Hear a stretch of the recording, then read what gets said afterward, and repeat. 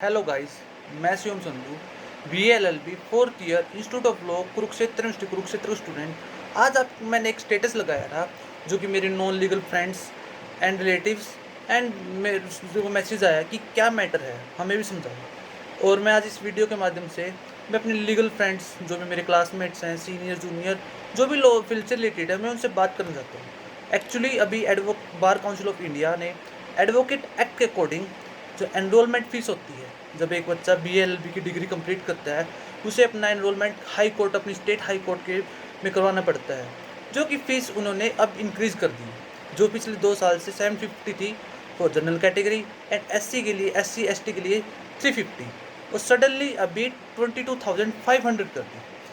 अब इस चीज़ का एक बहुत रूल्स है, अभी कल परसों की बात है जब ये एक्ट बिल अभी बना है, तो उस पे मैंने भी और बच्चों ने भी अपनी वीडियोज़ बनाई है।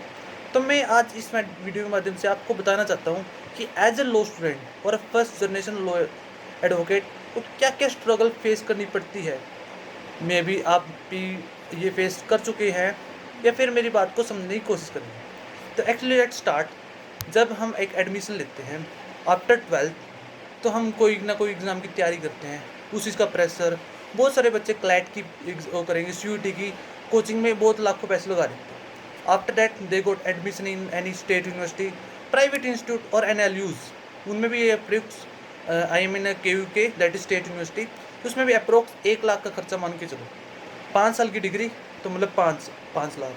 अगर वही इंस्टीट्यूट प्राइवेट हो या NLUs हो, उसमें में भी खर्चा डिफर करेगा और हाइयर होगा, में यूनिवर्सिटी टू यूनिवर्सिटी वेरीज करेगा। तो अप्रोक्स उसमें मे बी 150 भी हो सकता है, अराउंड 2 लाख। अप्रोक्स ये लगा लो 5 साल के कोर्स में हम 10 लाख रुपए का बजट उठा गए। तो उसमें लगा लो ट्रैवल का, एकोमोडेशन का, स्टडी का, वो खर्चा अलग है हमारा। उसके अलावा भी हम अप्रोक्स मोटा मोटा 10 लाख रुपये खर्चा उठा के जब हम डिग्री लेने की सोचते हैं कि हम डिग्री ले चुके हैं, हम एडवोकेट बन चुके हैं, अब तो हमारी अर्निंग स्टेज भी आ चुकी है, तब हम उसमें भी 20,000 रुपीज़ दो। और इन बिटवीन जितनी हमने इंटर्नशिप करी वहाँ पर हम खुद जाते हैं, अनपेड इंटर्नशिप, कोई पेड नहीं होती। नॉर्मली रेयर टू रेयर 1 या 2 इंटर्नशिप होगी जो कि पेड होगी, वरना सारी अनपेड इंटर्नशिप। एंड जब डिग्री हो जाती है, जो हमारा स्ट्रगलिंग फेज होता है 4 साल 5 साल, उसमें कोई कुछ खासी इनकम नहीं होती। 500, 1000, 2000, 5000, बिल्कुल minimum to minimum. And we live in our Indian society, जहाँ पेरेंट्स की आइडियोलॉजी है, माइंडसेट है, बेशक से वो किसी क्लास का हो, एक्सेप्शन ऑलवेज। मैं एक्सेप्शन वो नहीं करूँगा जो कि एक हाईली रिच फैमिली है, जिनको पढ़ाई से फ़र्क नहीं पड़ता। एज़ कम्पेयरली हमारी इंडिया में मिडिल क्लास सोसाइटी है, मिडिल क्लास फैमिली और पुअर फैमिली, उनकी बात करें तो वो बेसिकली बच्चों की एजुकेशन खर्चा 12th उठा लेते हैं, 12th के बाद एक डिग्री तक भी। फिर तो उनके भी ये हो जाता है कि कब हमारा बच्चा कैपेबल हो अर्निंग का और वो इंडिपेंडेंट हो, या गवर्नमेंट जॉब या private job, what ever.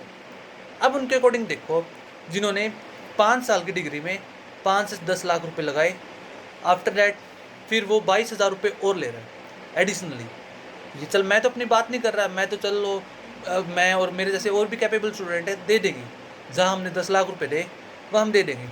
But question arise that कि सब बच्चे नहीं कैपेबल है वो 22,000 रुपीज़ पे करने के लिए, या फिर कर भी दें, एक पेरेंट्स के मन में ये होगा कि आखिरकार कब हमारा बच्चा कमाने लगे, कब उनकी अर्निंग हो।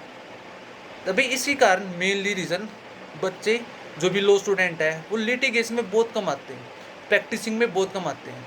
वो क्या करते हैं, सीधे जुडिशरी की तैयारी करी, जुडिशरी साइड गए, या फिर गवर्नमेंट जॉब या कॉर्पोरेट सेक्टर। प्रैक्टिसिंग एडवोकेट जो लिटिगेशन में बहुत कम आते हैं, रेयरली, क्योंकि इसमें रिस्क फैक्टर बहुत है। अर्निंग बिल्कुल ज़ीरो, वर्क हार्ड वर्क बिल्कुल। एक कहावत है जो मैंने अभी सुनी है कि कुछ लोग तो वकालत से अपना घर चलाते हैं और इंटर्न और मेरे जैसे जूनियर घर से वकालत चलाते हैं। ये बात यहाँ सच होती है कि आखिरकार हम अनपेड इंटर्नशिप भी करें ना, कोई हमारे कोई स्टाइफिन की वैल्यू अभी कुछ कि स्टाइफिन मिलेगा, जूनियर में भी हमारी अर्निंग सोर्स बिल्कुल कम। एंड वी आर एक्सपेक्टिंग कि हम 22,000 रुपये दें एंड देन AIB दें। एंड AIB का सुनो, AIB का जो पेपर है, एग्ज़ाम्स हैं, उसका भी level day by day increase होता है। Mainly normal too difficult level चलता है उसका। एट नाउ परसेंटेज रेट भी उसका फेलिंग परसेंटेज बढ़ता रहता है। एज कम्पेरेटिवली पिछली बार 30% बच्चे फेल हुए थे, अब now 34%। And statement behind that कि एडवोकेट्स की संख्या बढ़ रही है, तो दैट्स वाई हम AIB का रिजल्ट एंड फेलिंग क्राइटेरिया बढ़ा रहे हैं। तो क्या एक फर्स्ट जनरेशन एडवोकेट का स्ट्रगलिंग पार्ट कैसे वो सर्वाइव कर सकता है? So it's my appeal to bar council of India and other regulating body कि प्लीज़ फर्स्ट जनरेशन लॉयर को की समस्या भी सुने and please revert back the enrolment fees as soon as before. That is 750. That 750 is a normal amount. Oh, everyone can access that.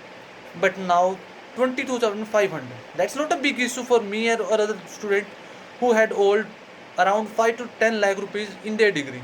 वो दे ही देंगे, ये सोच के दे देंगे कि हमने इतने साल दे दिए, दे देंगे. But question arise that when a student feel independent कि वो earning अपनी फैमिली वाले पे इंडिपेंडेंट नहीं है, इंडिपेंडेंट कब फील करे एडवोकेट? अब फैमिली भी ये सोचती है कि मेरे बच्चे ने डिग्री कर ली, अब तो वो नौकरी पक्का कर लेगा, अब हम उससे फ्री हैं। बट एडवोकेट कभी फ्री हो सकता है? कभी वो डिपेंडेंट हो सकता है कि भाई आज मैं इंडिपेंडेंट हूँ, मेरे पास अर्निंग है? That's a great deal. तो ये सबसे बड़ा समस्या है। And through this video I would like to make request from honourable senior advocates and जजेस and BC bar council of India. So इसके बारे में सोचे एंड हो सके तो जूनियर को एंड इंटर्न्स को एक फ्रीली इन्वायरमेंट दे जहाँ उनको अपना कॉन्फिडेंस बिल्डअप कर सके एंड अपना कैरियर चूज़ कर सके अच्छे से विदाउट एनी हेजिटेशन। उनको ये रिस्क फैक्टर ना हो कि आज हम इस प्रोफेशन में आ चुके हैं, ये हमारा सक्सेसफुल होंगे या फिर फेल होंगे। That's my request. So thank you.